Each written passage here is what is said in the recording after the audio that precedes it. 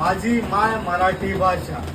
एकदा मी एका दुकानात गेलो आणि तिथे जाऊन विचारलं आंब्याचा रस आहे का. तर तिकडची सेल्स गर्ल मला म्हणाली माझा चालेल का.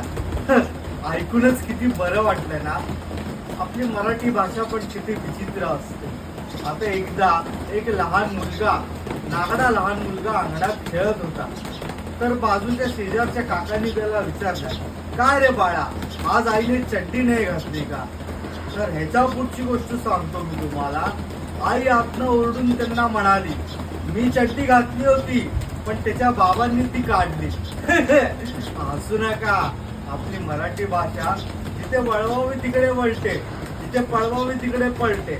म्हणूनच बोलतो मराठी शाळेत शिका, मराठी शिका आणि मराठी बोला. आता एकदा एक गृहस्थ एका घरी पंचपक्वानाच्या जेवणासाठी गेले आणि तिथे पंचपक्वान म्हणून बेळगावी मांड्या केल्या होत्या. तर वहिनी आल्या, त्या गृहस्थांना 2 मांड्या वाटल्या. त्या गृहस्थांनी थोड्या वेळाने त्या 2 मांड्या न खाताच बाजूला ठेवल्या. तर वहिनीने त्यांना प्रेमाने विचारलं बरं का, काय हो काका, मांड्या आवडल्या नाही का हो, चांगल्या नाही झाल्यात का.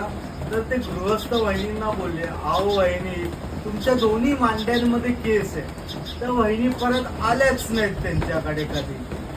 आता मराठी बोला, मराठी शिका आणि मराठी शिकवा.